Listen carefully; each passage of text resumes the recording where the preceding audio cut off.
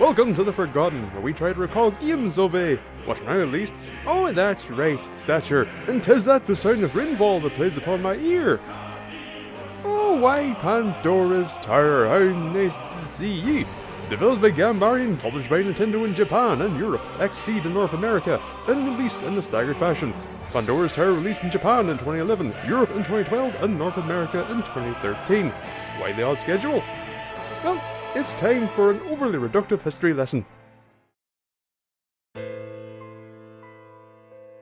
That goddamn Europe be getting the video games that we don't. What do you want? Games we don't be getting! What exactly? Xenoblade Chronicles! Why? It's the spiritual successor to the spiritual successor to Xenogears! Is that it? The last story! Why?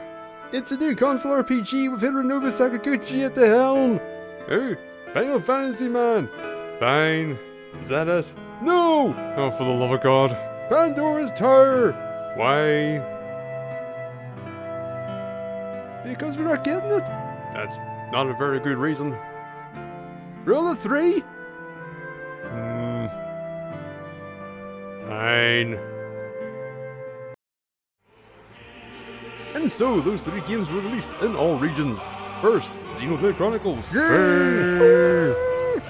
Then, The Last Story. Yay! And finally, Pandora's Tower.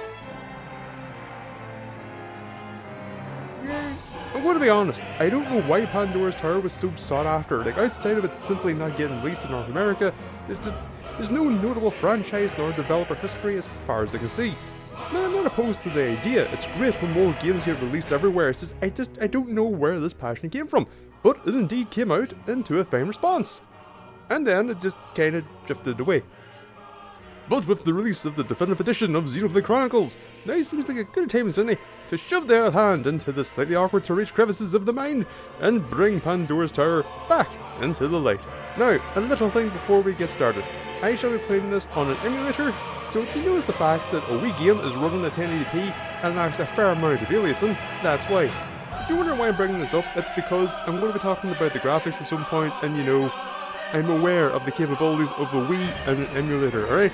And if it's any consolation to anyone, and I mean anyone, it's the minute, practically non-existent possibility that someone finds themselves watching this, be it from pure unfortunate happenstance or just self-loathing, I do own this game.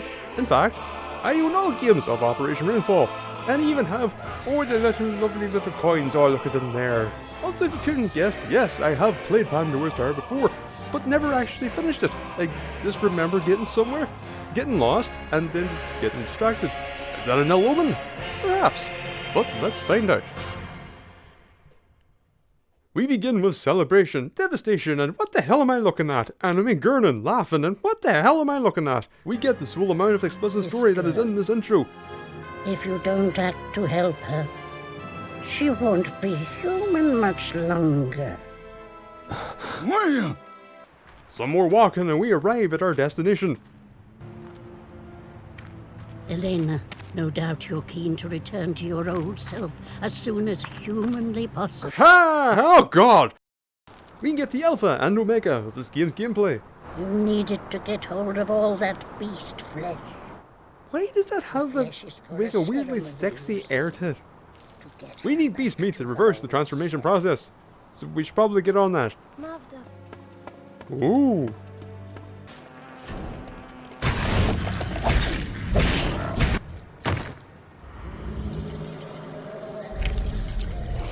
Ooh.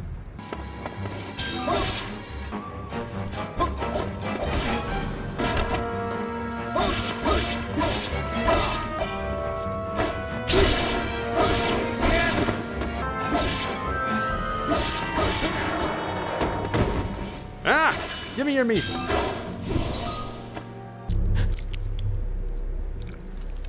Well, back we go, I guess. So, have you brought us back flesh for the ceremony? Yes. What was that weak ass? Yes. Here. Go on now. Take a bite. You want me to eat this? Ah, I see what the problem is. Folks in this country are believers in Ios. You're forbidden to eat meat, aren't you? Oh, what?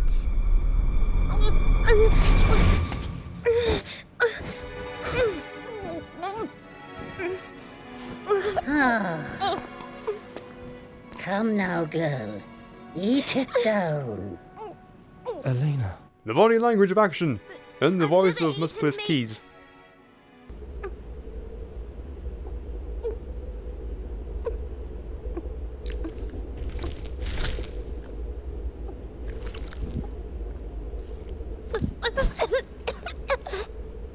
With nibbles complete, Elena degoops, and we get a lower dump. Basically, there's a place called a Canos. No one's allowed to go there. Well, Canos gets ripped a new arsehole. The towers we saw earlier reside above said aftermarket rectal route and prevents any further sphincter splitting via a series of chains. The tail card.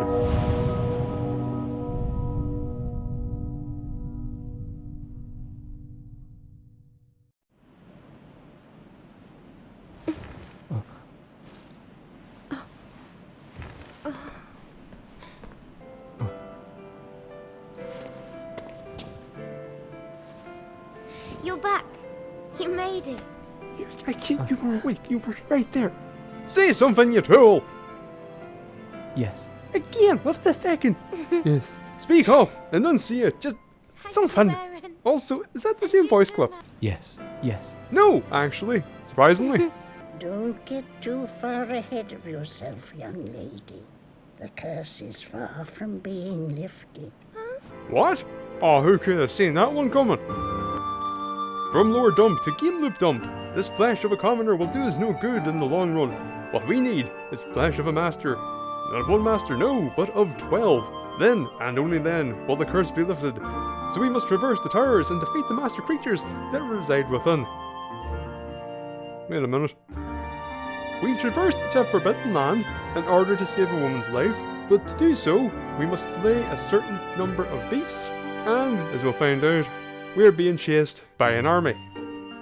I swear to God, Mavda, if you start talking to me through a hole in the ceiling, I am not going to be happy. Why? Because Mavda and Old Man are actually my favourite characters. It primarily originated from aesthetics, yes, but over time I came to like them from their writing as well. It means practically a favourite by default given, who they're up against. Elena's fine, her design is serviceable and she can be endearing enough, but Aaron's a walking nothing. He's practically a silent protagonist. Given the way some of these cutscenes are structured, I wouldn't be surprised if you told me that he was until the last minute. In part because of that, Elena and Aaron get along like oil and water. And since they're supposed to be romantically involved to some capacity, that's a bit of a problem. But going back to the aesthetics, that's something I want to touch upon first. One of the first things that struck me was how good Pandora's Tower looks on a technical level. Now, some of you may be saying, Arebuckle, you deluded dimwit, you're playing it on an emulator, of course it looks better. Yes, I know the emulator is putting some work in here, okay, it's obvious, but an emulator can only do so much. These models have a lovely amount of detail thrown at them, especially Mavda and her freshly tilled face. As I said, Mavda and Old Man are my favourite designs in the whole game. They look so great and translated brilliantly from the artwork into 3D. And they kind of put Aaron and Elena to shame. Now, as I said, they're not bad. There's nothing inherently wrong. They're not a tiny old woman with a skeleton and a cauldron strapped to her back, alright? You can't beat that. Well, I say nothing wrong. There are times when I look at Aaron and the stars align and I'm reminded of Castlevania Judgment. Generally speaking, the art of Pandora's Tower is one of its most consistent aspects. Enemies are typically quite unique, although there is definitely some, it's that enemy, but with insert unique aspect here. Their designs are solid, but their colour palettes can be quite dull, which leads them to turn into kind of like dull blobs in the heat of the moment. Bosses again are unique, and some are kinda cool. Now, the towers themselves. It would be extremely easy for them to get intensely dull visually, if not tedious, but they manage to avoid this for the most part. Whilst every tower has a grey stone through line, it's always offset by the tower's overall theme, be it grass, fire, stone, water or industrial. On top of theming, each tower has a unique element to help give it a little bit more character. Not all are created equal, however, as no matter what you tell me, a collection of pistons and pulleys can compete with a vertical flowing pillar of water. Alongside all of that, our team really didn't want the stonework of the towers to detract, as nearly every tower is lit by a feckin' rainbow. It can get a bit intense at times, but it's striking and works most of the time.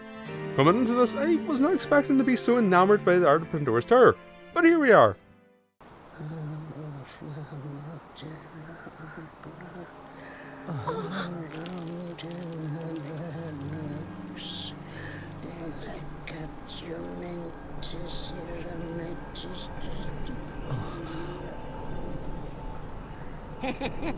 I take it this is your first time. Quite a sight, is it not? There's a penis joke in here somewhere. Special power. Hey, why is this a thing? Yes, it's her. Why is there a woman? But where the woman? There's the woman. Eating the monster flesh is the only way I can stay human. Ah, but through ends consumption of flesh, will the physical be saved only for the inner humanity to sour and decay? That is the half-baked moral dilemma that we may be here to ascertain. Regardless of potentially a-rolling morality concepts, there's a tower to ascend, so let's get on with it. Ah, back again. What? Oh, the glowy bouncy arrow? Ah, don't worry about that. Right, where do we go? Ooh, berry. Ooh, it's just like Chris did before. Hey, wasps! Is that their hive? Why are wasps crawling out of a screaming face? Why does their hive have screaming faces? Oh, it's nearly 25 past human. We should probably head back.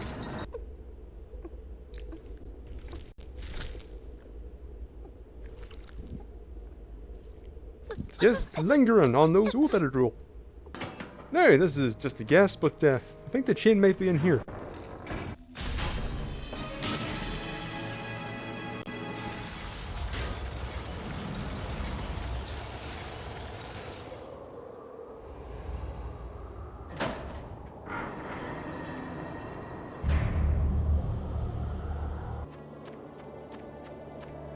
Alright, here we go. Come on me, you evil bastard! Making flowers and life in general with each step. He's just walking around, isn't he? He's just going. Alright. Of course, make me feel like the bloody arsehole. Aha! I harmlessly, and honestly I might add, attached my chain and then he just attacked me. See? Evil!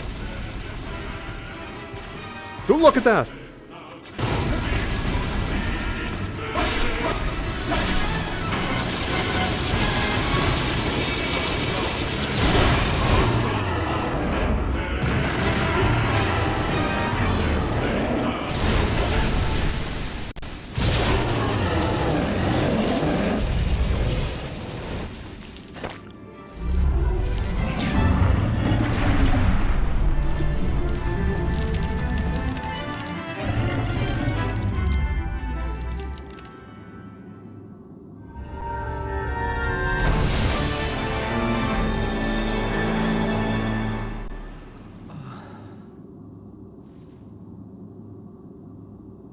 Princess, dinner time! Got some lovely riddling meat? With Master Nibbles comes visions, but of what? What was that? Oi! I'm the one that pauses vacuous questions the full time, not you! Nothing says, sorry for possibly giving you intestinal parasites. Like a red drip.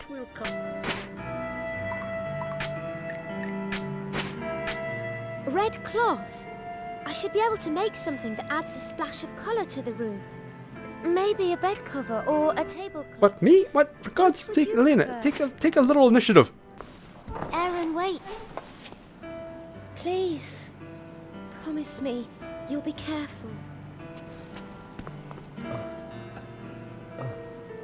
Don't just leave without saying anything. Oh, wait. Hold out your hand. You know what this is? It's the vow of Ios. Come on, do it. Oh, no. Fool me once, shame on you. Place your finger Fool me next to twice, mine and shame on me.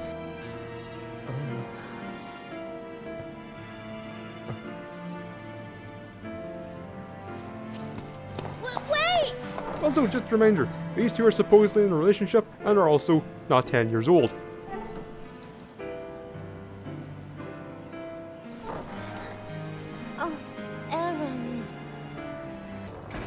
This appears to be some kind of wolf, but with blades. A blade wolf, if you will.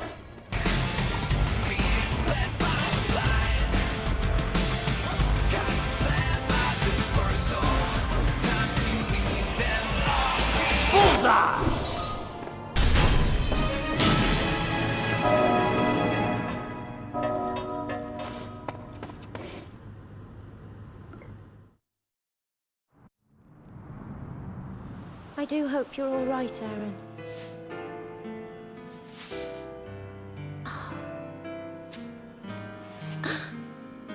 Of course he is. He's as tough as they come.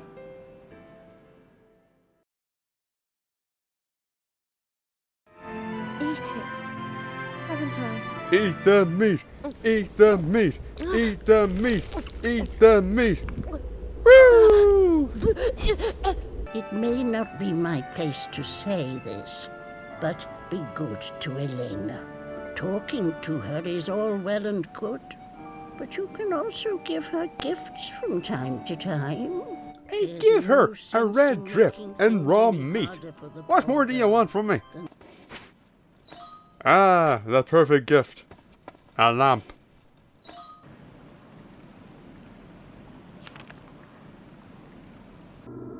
Mavda! Hush, little rock boy, please don't you wake. Aaron just wants to rip your steak. And if that little rock boy does stir, don't blame me, this plan's all hers. What did I just say?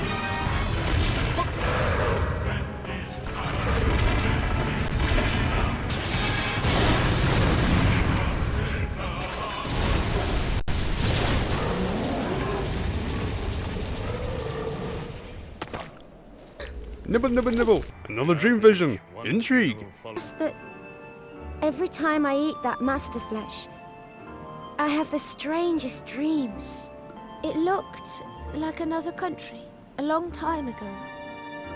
Oh, and I saw the towers, but they were different. And the scar wasn't there.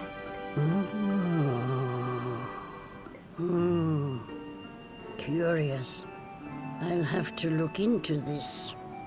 You know, we're on our way to the third tower, and I just realized that I haven't actually talked anything about the gameplay yet. The combat in Pandora's tower can be simultaneously simple and complex. Let's go through the systems. First, your melee weapons. You have a selection of melee weapons, each with their own combat cadence and damage. You will press A lot. Initially, you only have a small combo, but as you level up your weapon, the number of attacks in your mash string will increase. You can also hold A for a charge attack, which consists of numerous automated attacks. And if your weapon is upgraded during this charge attack, you have the ability to extend it with another A press. You will use this charge attack a lot, because why wouldn't you? The charge time isn't that long, your movement capabilities aren't hampered by it in the slightest, and there's no real recovery time once it's completed, regardless if it landed or not. And even if you did whiff it, you can cancel out of the flurry with your roll. Generally speaking, the swordplay is more than fine. The closest thing to a problem is that it just doesn't feel satisfying. The swing connects, you get the relevant sound effect and hit spark, but enemies just don't give a single damn. They're just no reaction, and it makes your attack lose all impact. Next up, the star of the show, the chain. The chain is a fully featured tool. It's as if the designers sat with each other, posed the question, what could a chain weapon do? Wrote down everything that came to mind, and then put it all on. So, aim with the right analytic / remote pointer, use it while standing or grabbing a ledge, smack things in distance, pick up distant objects, grapple specific surfaces, get up ladders faster, grab levers, poke things rapidly, swing, high quint, grab things in specific points, throw said grab things, swing grab things, tie grab things to other things, when two living things are tied, damage dealt to one will transfer to the other, loosen the chain, tighten the chain, build chain meter by pulling the chain, build chain meter by walking away, yank 'em in specific locations for limb damage, yank 'em for items. That's a lot, and when you venture into the guide section of menus, you could get overwhelmed by your options. I did. To the point that I mixed up the inputs and thought that there was some kind of input overlap when there actually wasn't. Personally, I am a fan of having all these options. I love the idea. that no matter the situation, the player should have something to do. For the most part, the chain feels good to use after getting the input straight. I had a few problems. The double bind felt a bit mushy, if that makes sense. The chain recovery felt unresponsive. The rapid shot takes ages to activate as you have to wait for the lights to reach the center before you can do the rapid shot, which ties into the aiming on the right analog stick feeling clunky in hectic moments, to the point that it made one boss fight kinda irritating. But I get it, this was designed around the Wiimote after all. Alongside your weapons, you also have a responsive block and a lovely snappy roll. What I also didn't mention is the level up system. I didn't really mention it because it's very straightforward, get enough experience, stats go up. Yeah. Also, your inventory space, as I mentioned before, that's a bit like Resident Evil 4. As you level up, that also will increase in space, so that's nice. Oh bloody hell, I got caught up in the combat side of the chain that I forgot something. In the midst of that tech tirade, I mentioned swinging. You know, that one, quite standard video game chain ability. Yeah, it sucks ass. It's really bad. Like, seriously, it's one of the ugliest feeling swing mechanics in recent memory. The swing speed is slow, the animation is stilted, the dismount point is hazy. It's just, it looks bad, it feels bad, it's outright crap. Swinging aside, when everything clicks, the combat has a nice quick pace and can be quite fun.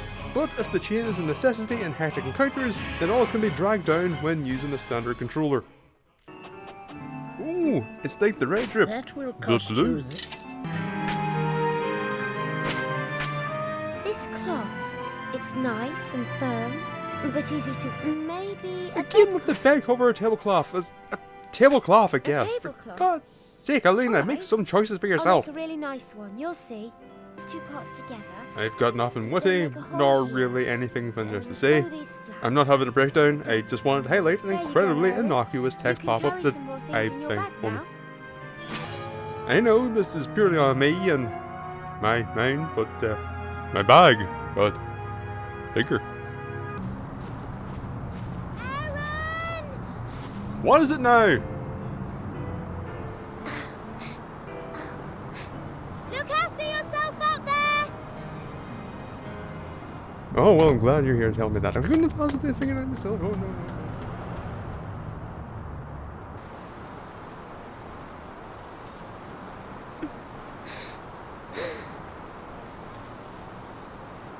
Aaron?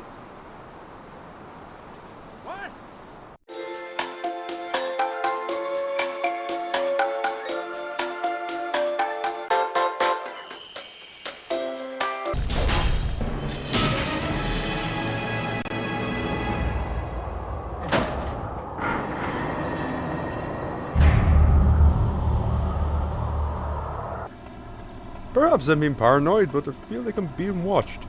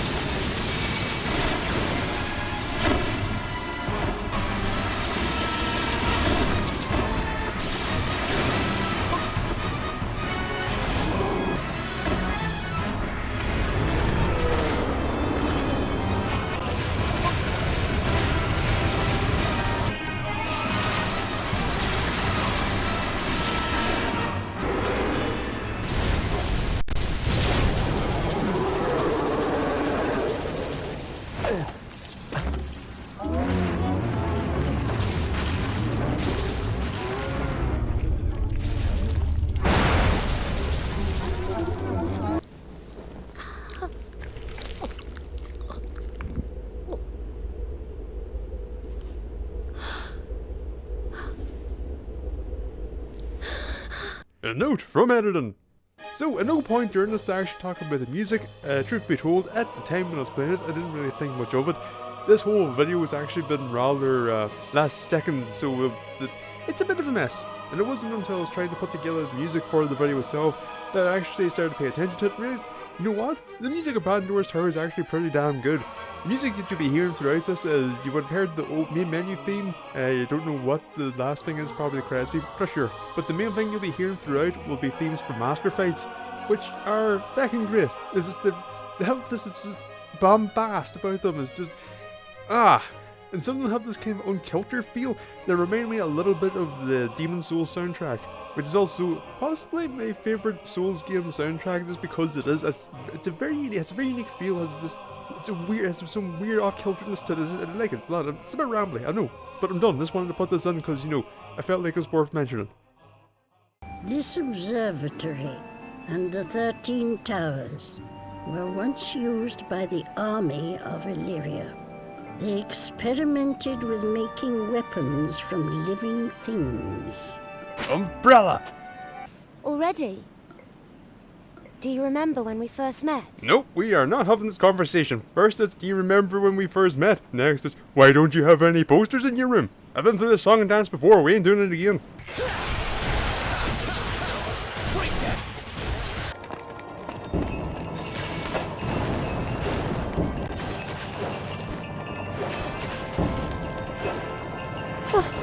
What the hell with this grapple? Okay, I know pointing out nonsensical architecture in this game is a fool's errand at best, but why the hell are there 2 strips of fire going across the walkway? Also, a part in this moving metal isn't that— HA!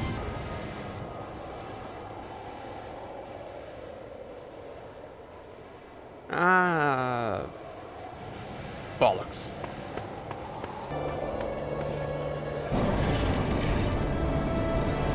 I swear to God, if this master is a goddamn grapple point, I am going to be fucking pissed.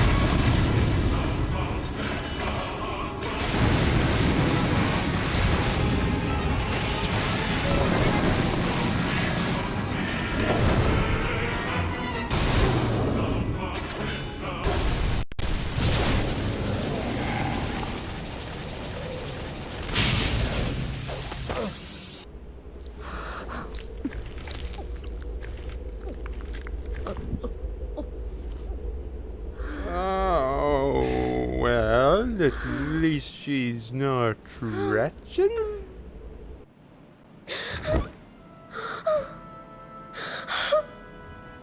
No.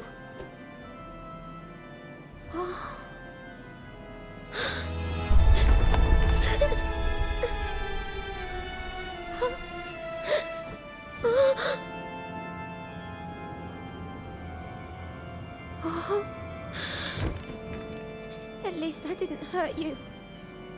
That's something.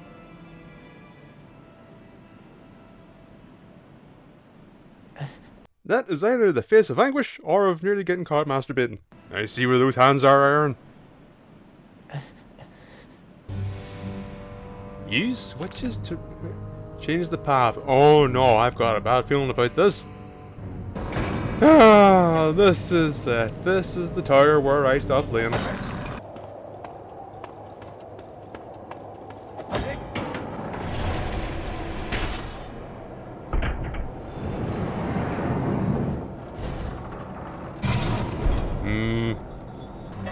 Where do these go? I need to free the pistons. Where am I? What is this? Is this a thing? Okay. If there's one thing that I love, it's having this sit like a jackass while the timer takes down. Ah, fuck it. Uh oh.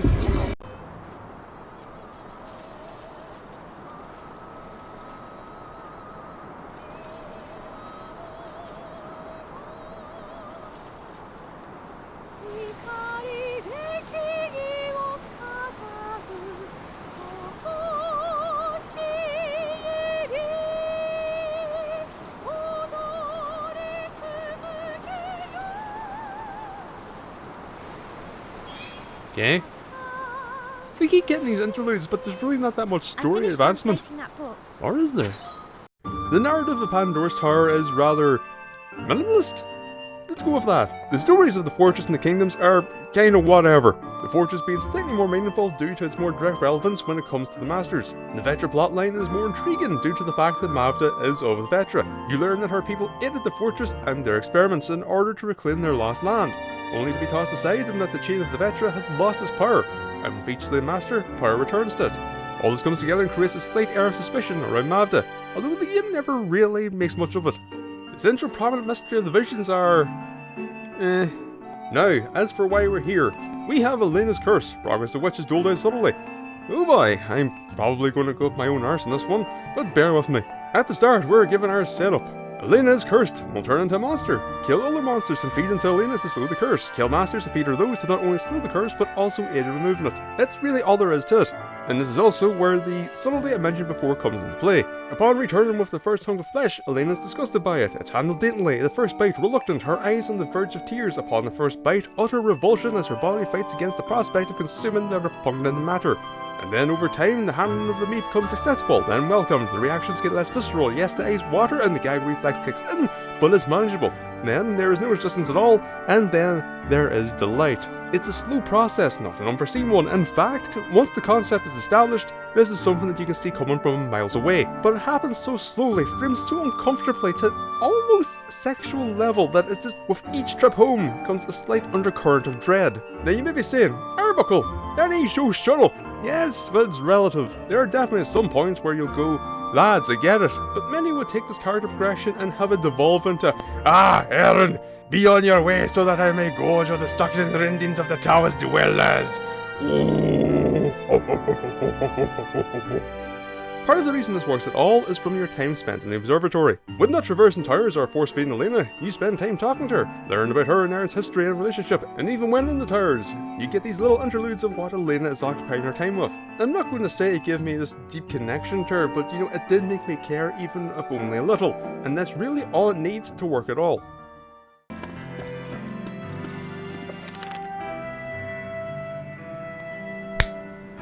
Away with you, you wee fecker! You've seen the vast chasm beneath the towers, known as the Scar. Well, some say it is bottomless, while others say it leads to the other world. Which is a poetic way to say that there is a bottom. I haven't turned into a monster since that time. Thank you, Aaron. Yes, I am great. Tangled? That's not colour. What an interesting pattern. It's really inspiring me to do something creative. Something like a bed cover or a tablecloth. Which would you prefer, Aaron? Feck's sake, Elena. Where the feck am I going?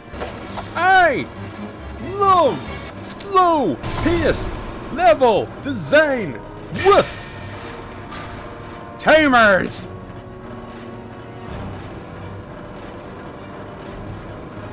I am having a good time. Where's the feckin' chain?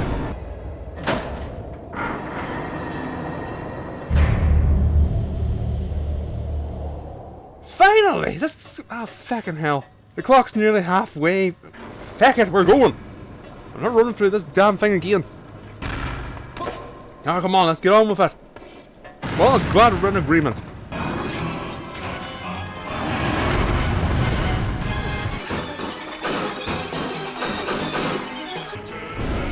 I don't know what I'm doing.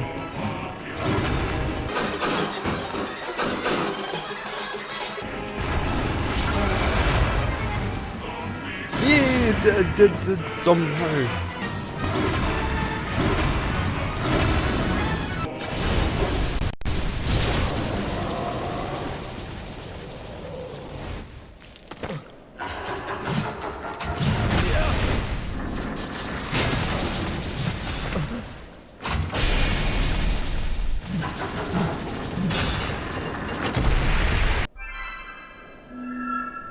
Piss off. Oh, that's not good. Where's the woman? Oh, there's the woman. Your hair is so beautiful. Does everyone in your homeland have hair like this? Where I come from.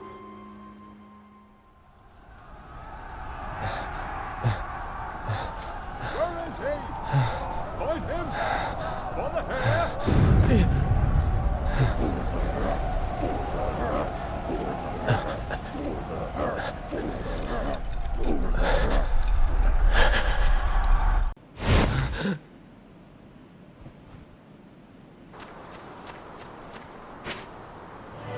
Oh wow, okay. Wait a second. Oh. Yeah, this is looking pretty familiar. As is this.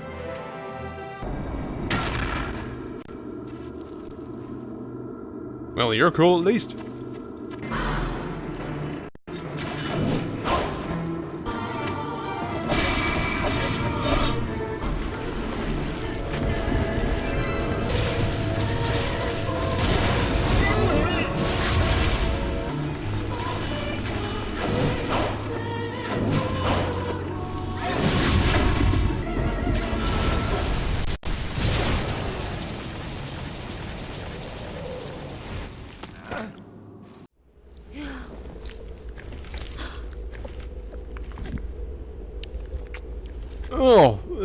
That's too much detail. I feel dirty.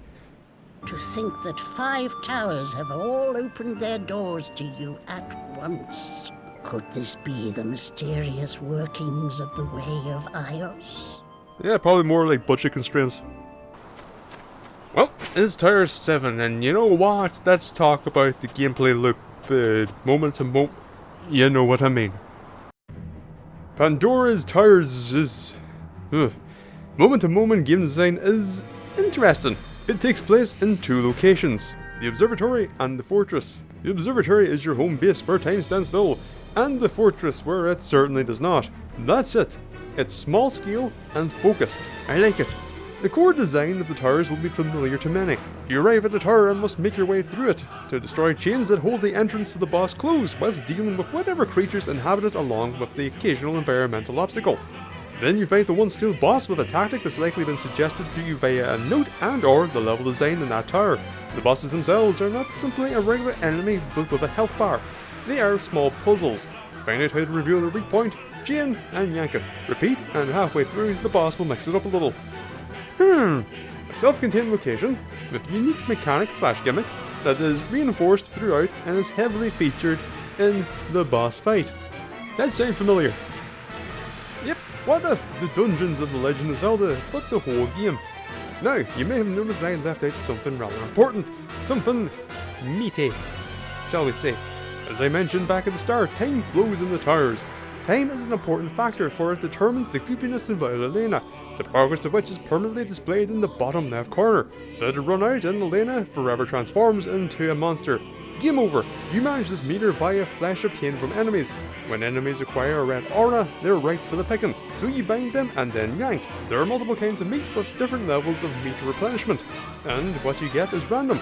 In fact, you mightn't even get any meat at all. Now, on the surface, that sounds frustrating, but it typically isn't. There are more than enough enemies along the way, and the bigger the enemy, not only are you near guaranteed a meat drop, but also one of the better kinds. As long as you leave the tower by the time the meter reaches around halfway, you'll more than likely top it off. So then you'll have a full meter to fight the boss, and acquire Master Flesh, which is a complete meter reset. There are 2 ways to look at this. 1. Oh, it's not that bad after all, and adds a little mental wrinkle to proceedings. And number 2. Oh, it doesn't really impact anything. So why is it here? I feel like this is very much a damned if you do, damned if you don't situation. It's very much a narrative mechanic than a gameplay one, and for the most part, works. For me at least, since I do check it and make sure, all is well. But the downside, or at least my perceived one, is the impact that it has on the level design. One of the main reasons that the timer doesn't form a real negative impact is due to the towers being relatively straightforward. Yes, you get some forced encounters, some light platforming and so on, but that's about it. The towers never really get much more complicated, and I don't think that they can due to the timer. For my time playing, there was one tower that increased its complexity, the 5th tower. It had maze-like qualities, pulleys, switches, switches that redirect those pulleys, pistons for time platforming. It was different, it was more involved, it was irritating. Once again, damned if you do, damned if you don't. Push the level design, run the risk of frustrating the player. Keep it simple, run the risk of boring the player. The timer is an interesting gameplay narrative mechanic, but a restrictive level design mechanic. After a few towers, I could see the potential repetitive impact on the horizon. After 7 towers, it hit. Not hard, but it hit. It certainly wasn't aided by the fact that the newly unlocked 5 towers all used the same theming, in the same order, and everything. A knight stands on his hind legs and has the power to wipe out his foes in a single blow. Well, bollocks.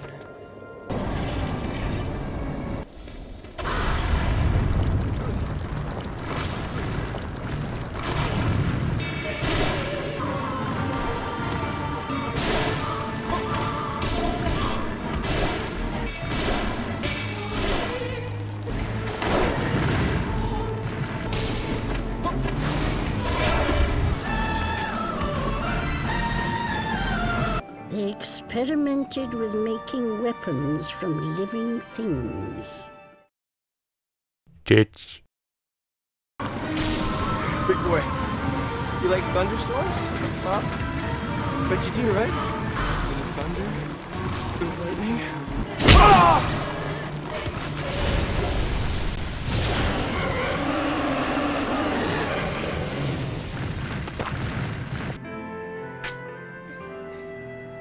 Can I eat this now? Do you mind? With the 7th Master's defeat, I feel like, we probably have a good idea what this game is. So, no, we are done. Pandora's Tower is an interesting game. It's got great art, a neat concept, one of the most fully featured weapons that I've seen in a while, cool bosses, intriguing narrative gameplay mechanics, and a very focused vision. But those latter two come together to diminish the game as a whole. The timer leads to overly straightforward level design, lessen the burden of the timer for level design, and it might as well not exist. Drop the timer and you lose the player's bond to Eren and his desire to protect and ultimately save Elena. Increase the level complexity without addressing the timer and you get frustration. Address neither and you have to find something to do in between towers to negate repetition. Undoubtedly, the observatory was to function as such on top of narrative purposes, but it just isn't enough. In truth be told, I have no idea what they could have done. I don't know what else they could have made the player do to curb the repetitive nature of the game. As far as I can see, if you touch any aspect, you'll end up with a domino effect. So, ultimately, is it worth remembering? Yes, most certainly. On top of all the positives that I mentioned at the start, Pandora's Tower just has such a unique feel and, for me at the very least, can place you in an unsettled, concerned mood with a tinge of dread. Just pace yourself. The game's not going to do it for you. Play a tower a day, 2 at most, and hopefully that will be enough to offset the repetition and get you through to the end. So, whoever you are and wherever you may be, may you have a lovely morning, afternoon, evening, or indeed, night. Thank you for watching. Goodbye.